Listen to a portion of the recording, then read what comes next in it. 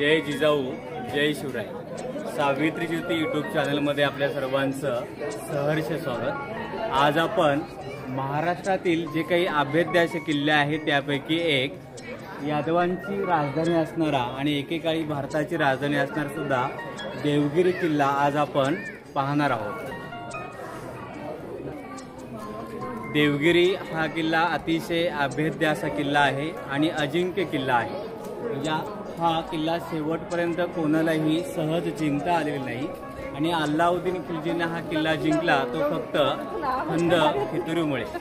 आणि या यादवांची राजधानी असणारा जो काही देवगिरी किल्ला आहे याला एकूण 3 कोट म्हणजे 3 तटबंदी आहे। बाहेरच्या भागामध्ये त्या ठिकाणी अंबर कोट आहे, त्यानंतर अंबर कोटातून आतमध्ये आल्यानंतर समोर जो आपल्याला दिसतो आहे तो महाकोट आहे आणि आतमध्ये कालाकोट। अशा प्रकारे 3 तटबंदी असणारा हा अभेद्य असता देवगिरी किल्ला आज आपण पाहणार आहोत। चला तर आपण मग पाहूया देवगिरी किल्ला। देवगिरी किल्ल्याचा हा पहिला दरवाजा आहे आणि वर आपण पाहू शकतो त्या ठिकाणी हत्ती शिल्प आहे आणि 3 तटबंदीचा असणारा हा भाग। या पहिल्या दरवाजातून आपण आतमध्ये आल्यानंतर या ठिकाणी हा जो काही दुसरा दरवाजा या ठिकाणी आपल्याला लागतो म्हणजे हा महाकोटाचा भाग आहे। आणि आपण बाजूला जर पाहिलं तर या ठिकाणी काही देवड्यांचे असे भाग आपल्याला या ठिकाणी दिसत आहे। आणि देवड्या म्हणजे त्या काळामध्ये जे काही किल्ल्यावर असणारे जे काही सैनिक आहे, पहारेकरी आहे, यांना थांबण्याचं हे ठिकाण म्हणजे याला देवड्या असं म्हणतात। आणि या देवगिरी किल्ल्यावर या ठिकाणी असणारे जे काही महाराष्ट्रातले वेगवेगळ्या किल्ल्यांचे छायाचित्र या ठिकाणी लावलेले आहेत आणि ज्या काही छोट्या तोफा आहेत या देखील तोफा या ठिकाणी या देवडीमध्ये ठेवलेल्या आहेत। आणि आपण जर पाहिलं तर हा या देवगिरी किल्ल्याचा दुसरा दरवाजा या ठिकाणी आपल्याला दिसत आहे। अतिशय अभेद्य असणारा हा किल्ला आणि याचा तेवढाच हा महत्त्वाचा आणि मोठा असणारा दरवाजा आहे। आणि या दुसऱ्या दरवाजाच्याच जवळ या ठिकाणी आपल्याला काही हत्ती शिल्प देखील दिसत आहे। आणि हे जर आपण हत्ती शिल्प पाहिलं तर हत्तींच्या पायामध्ये त्या ठिकाणी काढण्या घातलेल्या आहेत आणि हत्तींच्या पायामध्ये काढण्या आहे याचा अर्थ असा की या किल्ल्याचे जे काही राज्य करणारे राज्यकर्ते आहे की कोणीही आमच्यावर आक्रमण केलं तर तुम्हाला या हत्तीसारखं तुमच्या पायामध्ये काढण्या घालून तुम्हाला आम्ही बंदी करू। तर अशा प्रकारे उच्चतम मानसिकता असणारं या राजाची मानसिकतेचं प्रतीक म्हणजे या ठिकाणी हत्ती शिल्प आपल्याला दिसत आहे। यानंतर या किल्ल्याचं जर आपण हे दुसरा दरवाजा पाहिला तर या ठिकाणी आपल्याला या दरवाजाला लोखंडी असे खिळे लावलेले या ठिकाणी पाहायला मिळतात आणि प्रत्येक किल्ल्यावर आपल्याला या ठिकाणी लोखंडी खिळे असे लावलेले दिसतात। आता हे लोखंडी खिळे या ठिकाणी लावण्याचं जे काही कारण आहे की त्या काळामध्ये जर परकीय राजाने आक्रमण केलं तर ते हत्तींच्या माध्यमातून या ठिकाणी हे दरवाजा फोडत असत आणि हत्तींना देखील हे दरवाजे फोडता येऊ नये किंवा हत्तींचं गंडस्थळ देखील त्या ठिकाणी त्यांना इजा व्हावी आणि हे दरवाजे फोडता येऊ नये म्हणून या ठिकाणी हे मोठे मोठे खिळे या ठिकाणी या दरवाज्यांना लावलेले असायचे। यादवांची राजधानी असणारा हा किल्ला आणि यादवांच्या पूर्वी या ठिकाणी राष्ट्रकूट राजे हे या किल्ला या ठिकाणी बांधला असं देखील सांगितलं जातं आणि राष्ट्रकूट वल्लभ राजा याने हा किल्ला बांधला। यानंतर जे काही यादव राज्य होते आणि या यादव राज्यामध्ये भिल्लम 5वा हा जो काही राजा आहे याने या राष्ट्रकूट राजांचं मांडलिकत्व त्या ठिकाणी झुगारलेलं आहे आणि स्वतःचं राज्य यादवांचं उभारलेलं आहे। आणि यामध्ये 5वा भिल्लम राजाने हा किल्ला या ठिकाणी बांधलेला आहे। साधारणतः 11व्या शतकाच्या शेवटी म्हणजे 12व्या शतकाच्या सुरुवातीला हा किल्ला बांधण्याचं काम सुरू केलेलं आहे आणि या ठिकाणी यादवांचं हे राज्य सुरू झालेलं आहे। आणि मग 5वा भिल्लम नंतर त्या ठिकाणी शिंगण राजा आहे, कृष्णदेव राजा आहे, रामचंद्र राय आहे, त्यांचा मुलगा शंकरदेव आहे आणि रामचंद्र राय यांचा जावई हरपाल देव इथपर्यंतच्या राजांनी या किल्ल्यावर त्या ठिकाणी आक्रमण त्या ठिकाणी राज्य केलं। आणि 1296 मध्ये दिल्ली या ठिकाणी असणारी जी काही सुलतानशाही आहे त्या सुलतानशाहीमध्ये अल्लाउद्दीन खिलजीने 1296 मध्ये या यादवांच्या राजधानी असणाऱ्या देवगिरीवर आक्रमण केलेलं आहे। परंतु अतिशय अभेद्य असणारा हा किल्ला कोणी सहजासहजी जिंकू शकलेला नाही आणि अल्लाउद्दीन खिलजीने या ठिकाणी खंद फितुरीने किल्ल्यामध्ये प्रवेश केलेला आहे आणि कृष्णदेव राजा, त्यानंतर रामचंद्र राय आहे आणि त्यांचा मुलगा शंकरदेव हा दुसऱ्या युद्धावर गेलेले होते आणि सैन्यबळ कमी असल्यामुळे त्या ठिकाणी त्यांच्यामध्ये तह झालेला आहे रामचंद्र राय आणि अल्लाउद्दीन खिलजी। म्हणजे आपण जर पाहिलं तर या अल्लाउद्दीन खिलजीने टेक्निकल हा किल्ला जिंकलेला नाही, फक्त त्यावर ताबा मिळवला होता आणि मग त्या किल्ल्याच्या बदल्यामध्ये प्रचंड सोनं नाणं घेऊन अल्लाउद्दीन खिलजी या ठिकाणाहून निघून गेलेला आहे। परंतु नंतरच्या काळामध्ये शंकरदेव आहे किंवा रामचंद्र राय यांचा जावई हरपाल देव आहे, हे फारसे पुढे पराक्रमी कर्तबगार नसल्याने पुढच्या काळामध्ये या खिलजी किंवा सुलतानांनी या किल्ल्यावर आपलं त्या ठिकाणी वर्चस्व हे मिळवलेलं आहे। तर अशा पद्धतीने आपण हा अभेद्य असणारा देवगिरीचा किल्ला आणि या किल्ल्याचं जे काही बांधकाम आहे आणि या ठिकाणी बांधकाम हे अशा पद्धतीने केलेलं आहे की या राजांनी या ठिकाणी टप्प्याटप्प्याने सैनिकांना डॅमेज पद्धतीने कशा प्रकारे नामोहरम करता येईल ही पद्धत या ठिकाणी आपण वापरलेली आहे।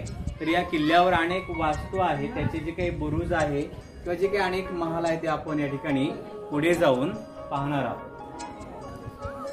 देवगिरी किल्ल्याचा हा दुसरा दरवाजा या ठिकाणी आपल्याला पाहायला मिळत आहे आणि या देवगिरी किल्ल्याचं वैशिष्ट्य असं की या देवगिरी किल्ल्याला एकूण 52 दरवाजे आहेत, परंतु फक्त 7 दरवाजे आपल्याला या किल्ल्यापर्यंत घेऊन जातात। बाकीचे जे काही फेक दरवाजे आहेत, फसवे दरवाजे आहेत, ते त्या ठिकाणी सैनिकांना फसवण्यासाठी तयार केलेले हे दरवाजे आहेत। या दुसऱ्या दरवाजाच्या बरोबर बाजूला या ठिकाणी आपल्याला हा एक फेक दरवाजा या ठिकाणी पाहायला मिळत आहे आणि आत्ता या ठिकाणी पुरातत्व खात्याच्या माध्यमातून बांधकाम चालू आहे आणि आपण जर पाहिलं तर सैनिक या पहिल्या दरवाज्यातून आतमध्ये आल्यानंतर दुसरा दरवाजा समोर दिसतो आहे, परंतु याही ठिकाणी असा एक दरवाजा त्यांना पाहायला मिळतो आणि शत्रू हा दरवाजा फोडण्याचं त्या ठिकाणी काम करणार, त्यांचा वेळ हा जाणार आहे।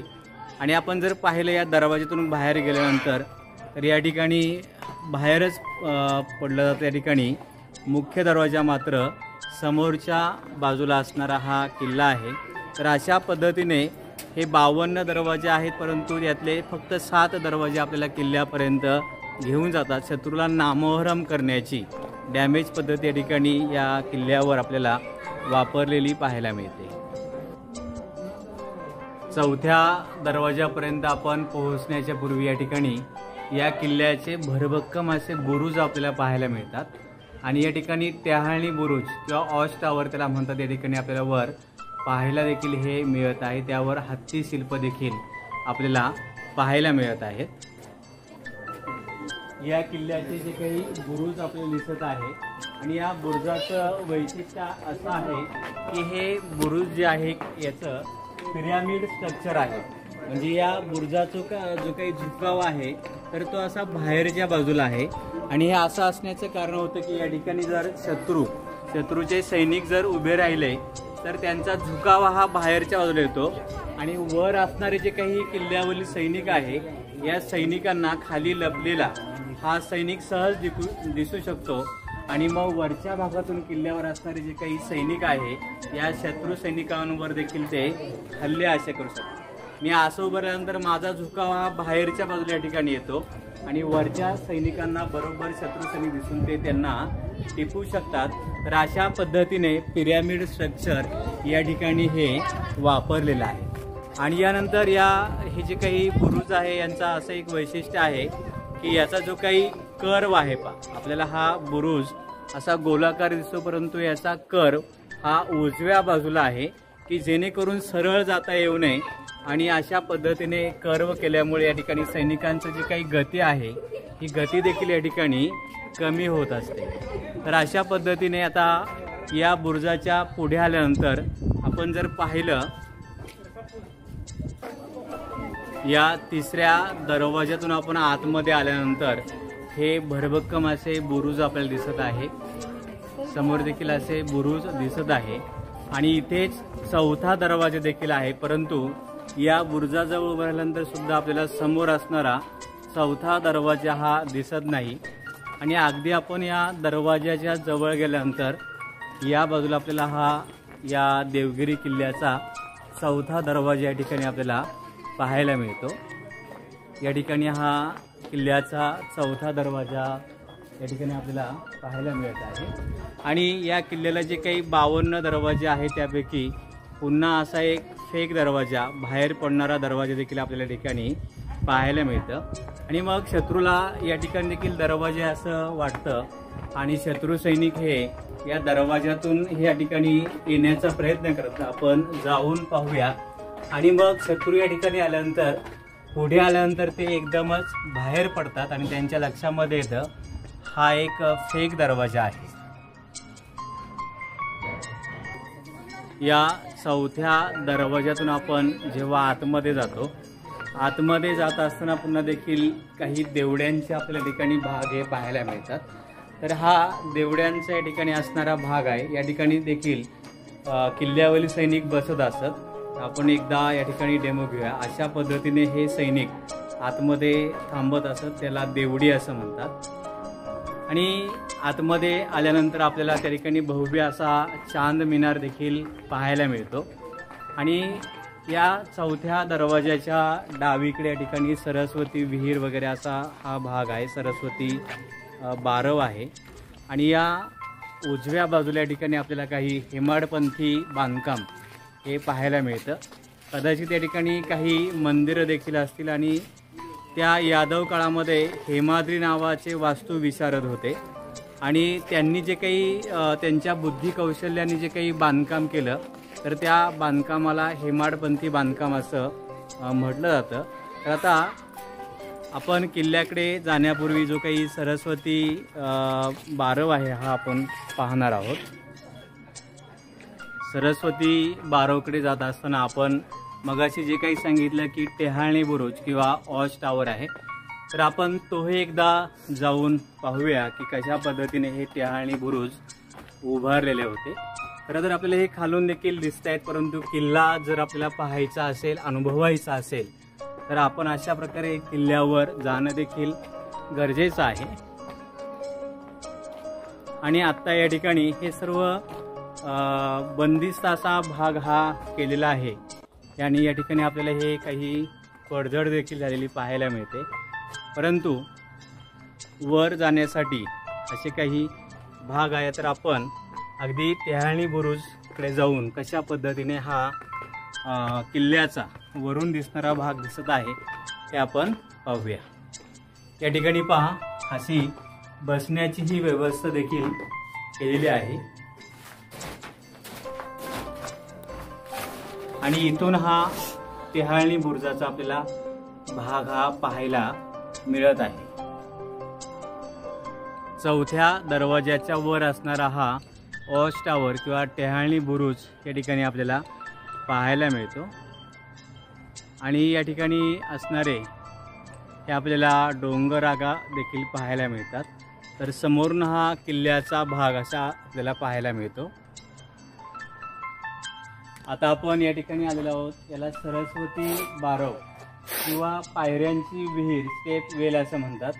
तर साधारणपणे निजामाच्या काळामध्ये ही बारव तयार केलेली असणारी आहे आणि निजामशाहीमध्ये असणारे जे काही वजीर आहेत मलिक अंबर, आणि मलिक अंबर यांनी या संपूर्ण देवगिरी शहरामध्ये पाणी पुरवठा करण्यासाठी त्या ठिकाणी अंबरी नहेरे अंबरी तयार केली होती।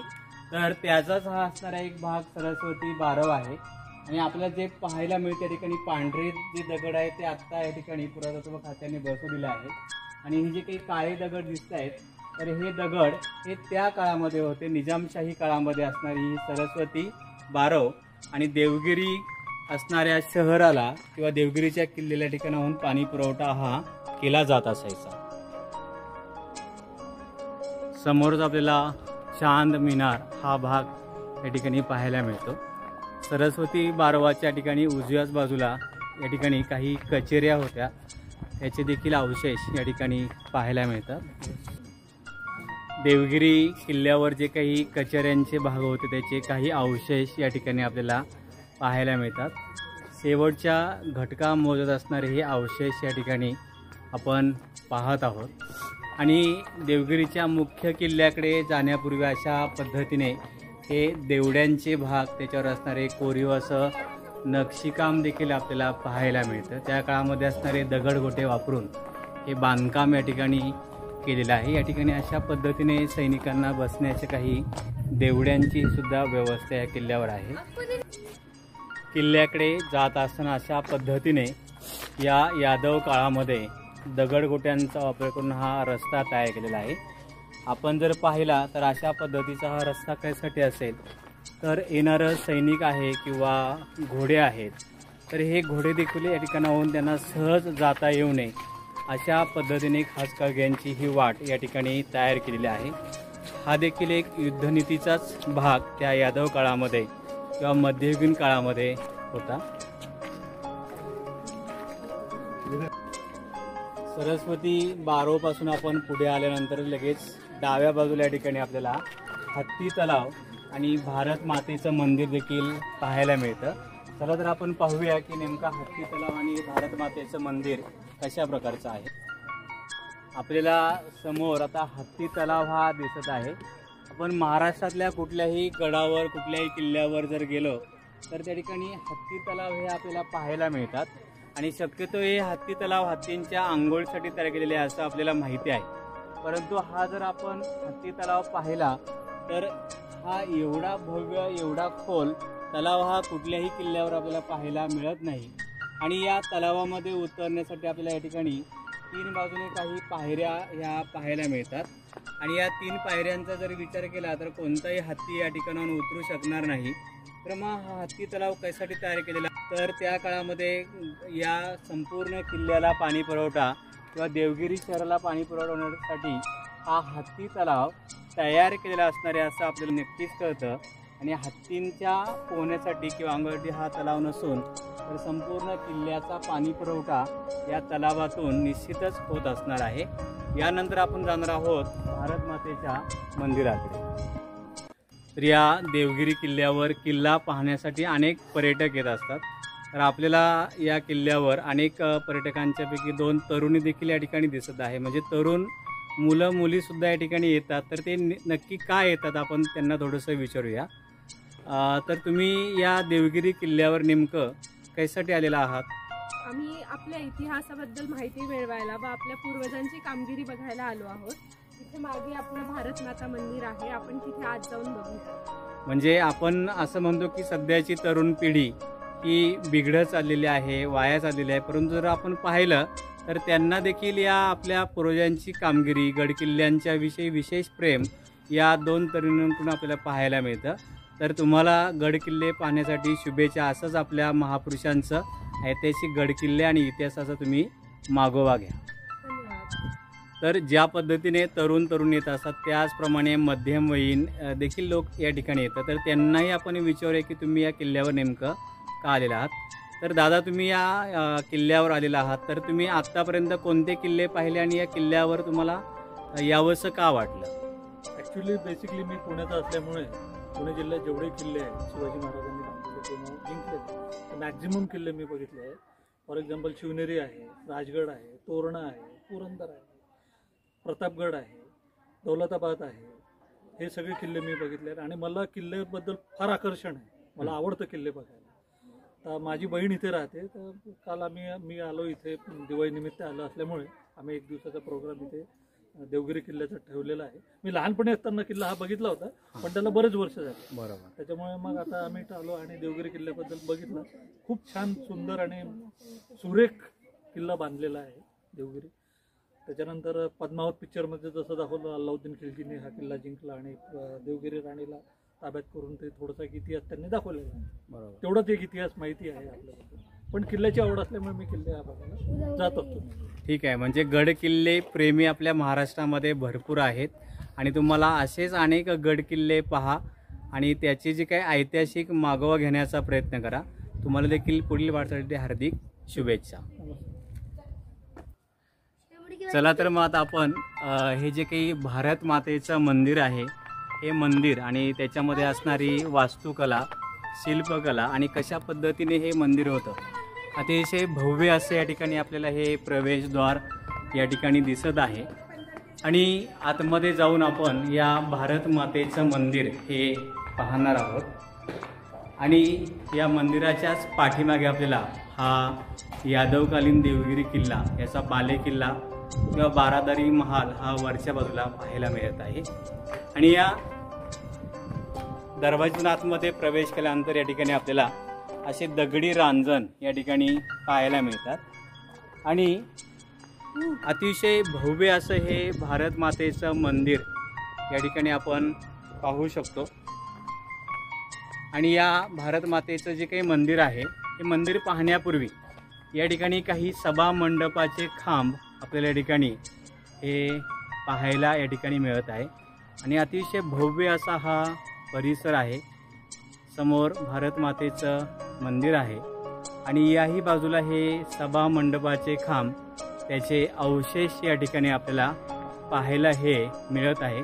कारण या यादवकालीन देवगिरी किल्ल्यावर अनेक शासकांचं या ठिकाणी राज्य होतं। यादवांकडून सुलतानांनी हा किल्ला जिंकलेला आहे। त्यानंतर बहमनी राज्य या ठिकाणी काही काळ होतं। त्यानंतर निजामशाह यांचं देखील या ठिकाणी राज्य होतं। त्यानंतर हैदराबादचा निजाम यांचं देखील या ठिकाणी राज्य होतं। आणि तत्पूर्वी काही काळ पेशव्यांचं देखील या ठिकाणी राज्य होतं। तर अशा अनेक शासकांनी या ठिकाणी राज्य हे केलेलं आहे। आणि समोरच या ठिकाणी हे भारत मातेचं भव्य असं मंदिर आपल्याला पाहायला हे मिळत आहे। पाठीमागे आपल्याला भारत मातेची भव्य अशी मूर्ती ही दिसत आहे। परंतु या किल्ल्याचा जर आपण अभ्यास केला तर ज्या काळामध्ये यादवांचं राज्य होतं, यादव काळामध्ये या ठिकाणी जैन मंदिर होतं असं देखील सांगितलं जातं। त्यानंतर जी काही सुलतानशाही आहे, मुघलशाही या काळामध्ये या मंदिराची नासधूस केलेलं आहे, मूर्तीची विटंबना देखील करण्याचं काम केलेलं आहे। आणि मग त्यानंतरच्या काळामध्ये भारताला स्वातंत्र्य मिळाल्यानंतर स्वातंत्र्यानंतर या ठिकाणी भारत सरकारच्या वतीने या ठिकाणी भारत मातेची मूर्ती या ठिकाणी स्थानापन्न केली। आणि मग याच मंदिराला भारत माता मंदिर असं देखील म्हटलं जाऊ लागलेलं आहे। या भारत मातेच्या मंदिरामध्ये आपल्याला हे सभामंडप या ठिकाणी पाहायला मिळतात। अनेक खांब या ठिकाणी पाहायला मिळतात। आणि उत्कृष्ट असा वास्तुकलेचा हा नमुना या ठिकाणी आपल्याला पाहायला मिळतो। आणि आपल्याला देखील आश्चर्य वाटल्याशिवाय राहणार नाही की ज्या काळामध्ये तंत्रज्ञान नव्हतं त्या काळामध्ये हे वास्तुशिल्प, वास्तुकला ही इतकी सुंदर कशा प्रकारे खांब उभारलेले असणार आहे। तर हेमाड पद्धतीचे, हेमाडपंथी ज्याला बांधकाम असं म्हटलं जातं, हे बांधकाम या भारत माता मंदिरामध्ये पाहायला मिळतात। आणि अनेक प्रकारच्या सांस्कृतिक जे काही कार्यक्रम असतील त्या कार्यक्रमांसाठी देखील या सभा मंडपाचा या ठिकाणी वापर हा केला जात असायचा। आणि स्वातंत्र्यानंतरच्या काळामध्ये या मंदिराला या ठिकाणी भारत माता मंदिर असं देखील संबोधलेलं आहे। या ठिकाणी हे खांब दिसत आहे आणि या खांबावर त्या काळामध्ये छत देखील होतं। आणि अतिशय भव्य असा परिसर आपल्याला या ठिकाणी पाहायला हा मिळत आहे, भारत माता मंदिर। आणि यादव काळामध्ये या ठिकाणी जैन मंदिर होतं असं देखील सांगितलं जातं। आणि या ठिकाणी विविध सांस्कृतिक कार्यक्रम या ठिकाणी हे निश्चितच होत असणार आहे। भारत माता मंदिराच्या उजव्या बाजूला आपल्या ठिकाणी हा चांद मिनार पाहायला मिळतो। आणि कुतुब मिनार नंतर असणारा हा दुसऱ्या क्रमांकाचा मिनार, याची उंची जवळजवळ 70 मीटर म्हणजे 210 फूट एवढी उंची आहे। आणि अशा प्रकारे 3 थरामध्ये बांधलेला हा चांद मिनार देखील आपल्याला या किल्ल्यावर, देवगिरी किल्ल्यावर पाहायला मिळतो। देवगिरी किल्ल्यावरील तोफ संग्रहालय या भारत माता मंदिराच्या परिसरामध्ये आपल्याला पाहायला मिळतात। देवगिरी किल्ल्यावर अनेक तोफा त्या काळामध्ये सुसज्ज होत्या। आणि यापैकी काही तोफा या ठिकाणी या चबुतऱ्यावर आपल्याला पाहायला मिळतात। आणि याच तोफांचा वापर करून त्या ठिकाणी गनिमांना त्या किल्ल्यावरील जे काही राज्यकर्ते आहेत, सैनिकांनी सह दिल्या होत्या। तर अशा सर्व या तोफा या ठिकाणी आपल्याला पाहायला मिळतात। हा भव्य असा चांद मिनार कुतुब मिनारनंतर भारतातील सर्वात दुसऱ्या क्रमांकाचा असणारा चांद मिनार या देवगिरी किल्ल्यावर आपल्याला पाहायला मिळतो। या देवगिरी किल्ल्याचा जे काही 3 कोट आपण या ठिकाणी पाहिले, पहिला अंबर कोट आहे, त्यानंतर महाकोट, आणि आपल्याला हा जो काही कोट किंवा तटबंदीचा भाग दिसतो तर हा काळा कोट किंवा कालकोट हा परिसर या ठिकाणी आपल्याला पाहायला मिळतो। आणि या कालकोट परिसराच्याच बाजूला ठिकाणी आपल्याला समोर हेमाडपंथी हे मंदिर दिसत आहे। आणि हेमाद्री नावाचे जे काही वास्तुविशारद त्या यादव काळामध्ये होते, त्यांनी त्यांच्या बुद्धी कौशल्याने उभारलेल्या वास्तूंना हेमाडपंथी मंदिर असं देखील म्हटलेलं आहे। आणि या किल्ल्याचे हे जे काही प्रवेशद्वार आहे, या किल्ल्यातून आपण आता आतमध्ये जाऊन या देवगिरी किल्ल्यातील वास्तू, खंदक आणि इतर भाग आपण पाहणार आहोत। काळाकोट परिसर किंवा काळाकोट कोट यानंतर असणारा हा एक भव्य असा दरवाजा आपल्याला पाहायला मिळत आहे आणि कर वाचणारे हे बुरुज या ठिकाणी किल्ल्याचे आपण पाहत आहोत। काळकोट परिसरामध्ये आपण आल्यानंतर किल्ला हा डावीकडे आहे आणि रस्ता मात्र उजवीकडे आहे। या देवगिरी किल्ल्याची जी काही युद्धनीती आहे, स्ट्रॅटेजी आहे, अशा पद्धतीने वापर केलेला आहे। आणि या 5व्या दरवाज्यातून आतमध्ये आल्यानंतर या ठिकाणी आपल्याला असा एक दरवाजा या ठिकाणी पाहायला मिळतो। आत्ता या ठिकाणी दरवाजा नाही, त्या काळामध्ये मात्र हा दरवाजा होता। आणि आपण जर या दरवाजाचा परिसर पाहिला तर या ठिकाणी आपल्याला या भिंतीमध्ये असे खोके देखील दिसतात की त्या ठिकाणी लाकडाचे मोठे ओंडके ठेवले जायचे। आणि मग या किल्ल्यावर जर कोणी आक्रमण केलं तर त्यांना असं वाटायचं की किल्ला हा डावीकडे आहे, म्हणजे हेच किल्ल्याचं मुख्य प्रवेशद्वार असणार आहे। आणि मग शत्रू पक्षातील हे जे काही सैनिक हा दरवाजा फोडण्याचा प्रयत्न करायचे आणि दरवाजा फोडल्यानंतर त्यांना पाठीमागे एक डेड ऑल दिसायची आणि मग त्यांच्या लक्षामध्ये यायचं की इकडे काही दरवाजा नाही। आणि मग या 5व्या दरवाजातून आपण समोरच्या जर बाजूला पाहिलं तर या ठिकाणी दिसणारा हा 6वा दरवाजा आपल्याला पाहायला मिळतो। तर अशा पद्धतीने युद्धनीतीचा हा भाग होता। सैन्यबल कमी करणे, डॅमेज पद्धतीचा वापर करणे, आणि हा 6वा दरवाजा आपण पाहिलेला आहे। आणि यानंतर हा जो काही दरवाजा आहे हा 7व्या क्रमांकाचा असणारा हा दरवाजा, किल्ल्यात प्रवेश करण्यासाठी या दरवाजाचाच या ठिकाणी वापर हा केला जात असायचा। तर या दरवाजातून उजव्या बाजूने किल्ल्यामध्ये प्रवेश करता येत असायचा। 6वा दरवाजा फोडल्यानंतर सैनिकांना कळायचं की या ठिकाणी हा 7वा मुख्य दरवाजा आहे। या दरवाजातून आतमध्ये आल्यानंतर या ठिकाणी आपल्याला असे दगडी रांजण हे पाहायला मिळत आहे। तर या दगडी रांजणामध्ये पाणी हे ठेवलेलं असायचं। आता मात्र आपल्या ठिकाणी कचरा दिसत आहे। आणि या किल्ल्यातील जे काही सैनिक आहे या सैनिकांच्या लक्षामध्ये येत असायचे की हा 6वा दरवाजा फोडल्यानंतर सैनिक जेव्हा दमून भागून आतमध्ये येत असत तेव्हा या किल्ल्यातील जे काही सैनिक आहे या पाण्यामध्ये विष टाकत असत आणि दमलेले सैनिक या ठिकाणी हे पाणी प्राशन करून त्यांचा इथे मृत्यू देखील होत असे। किल्ल्यामध्ये प्रवेश करण्यासाठी असणारा हा 7वा दरवाजा, या दरवाजाच्या बाहेर आपल्याला काही बौद्ध लेणी किंवा मूर्ती देखील या ठिकाणी पाहायला मिळतात। या यादव काळामध्ये जैन बौद्ध धर्मियांना देखील आश्रय हा दिलेला असायचा। आणि या 7व्या दरवाजातून आपल्याला गडामध्ये प्रवेश करता येतो। तर आपल्याला पाठीमागे जी वास्तू दिसत आहे त्याला चिनी महाल असं म्हणतात आणि 2 मजली असणारी ही वास्तू होती। तर या चिनी महालाचा वापर हा नेमका कशासाठी होता तर औरंगजेब बादशहाच्या काळामध्ये जे काही खास कैदी होते तर त्या खास कैद्यांना त्या ठिकाणी ठेवलं जायचं।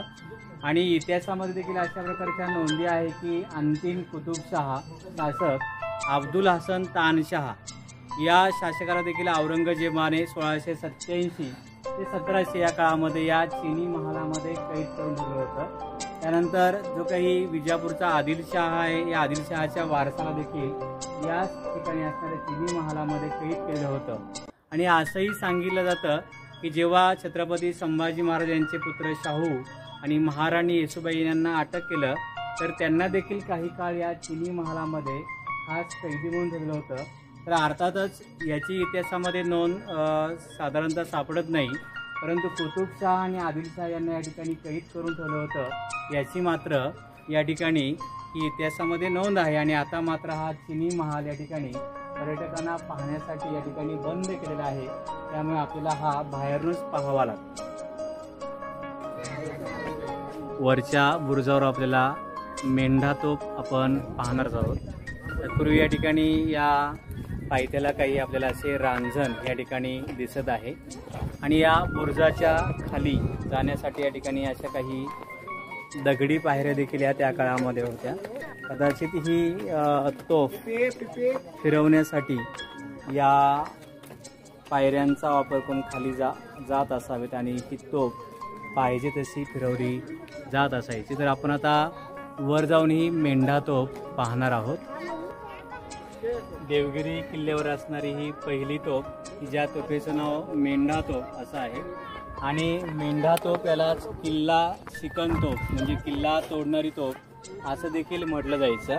आणि या तोफेची जर आपण लांबी पाहिजे साधारणतः 5.5 मीटर याची लांबी होती आणि साधारणतः 20 फुटाचा त्याचा परिघ असा हा होता. आणि ही जी मेंढा तोफ आहे, या मेंढा तोफ यावर जर आपण पाहिलं, हा या ठिकाणी बत्ती देण्याचा भाग आहे. आणि मेंढा तोफेचा जो काही इकडचा भाग दिसतोय, तर मेंढ्याचा आकार असल्यामुळे या ठिकाणी आपल्याला पाहायला मिळतं की मेंढ्याचा आकार असल्यामुळे याला मेंढा तोफ असं देखील म्हटलेलं होतं. आणि पंचधातूंपासून बनवलेली ही तोफ होती. आणि या तोफेचं जर वजन आपण याचा इतिहासामध्ये मागोवा घेतला तर 14 टन इतकं या मेंढा तोफेचं वजन आहे. आणि 14 टन म्हणजे 14,000 किलो असणारी ही मेंढा तोफ. तर या किल्ल्यावर ही तोफ एकदम आणलेली नसणार आहे, या ठिकाणी त्याचे भाग आणून या ठिकाणी ही जोडलेली आहे. आणि या मेंढा तोफेची जी काही रेंज आहे साधारणतः 8 ते 9 किलोमीटर एवढी या मेंढा तोफेची रेंज होती. आणि किल्ला शिकन असं देखील या मेंढा तोफेला म्हटलेलं आहे. तर किल्ल्यावर असणारी ही पहिली तोफ मेंढा तोफ. या मेंढा तोफ समोर आपल्याला ही जी काही वास्तू दिसत आहे त्याला रंगमहाल असं म्हणतात. आणि रंगमहाल म्हटल्यानंतर आपल्याला आपल्या मनामध्ये अनेक वेगवेगळ्या कल्पना येऊ शकतात, परंतु ही जी काही रंगमहाल वास्तू आहे, ही वास्तू जे काही या किल्ल्यावर वेगवेगळे राज्यकर्ते पाहुणे म्हणून येत असत, तर त्यांच्या सैनिकांना थांबण्याची व्यवस्था या रंगमहालाच्या या ठिकाणी केलेली होती. आणि या मेंढा तोफेच्या समोरच असणाऱ्या बुरुजावर दुसरी देखील तोफ ही ठेवलेली असायची. आणि या मेंढा तोफ बुरुजाच्या समोर आपल्याला हा देवगिरी किल्ल्याचा बाले किल्ला हा आपल्याला भाग पाहायला मिळतो.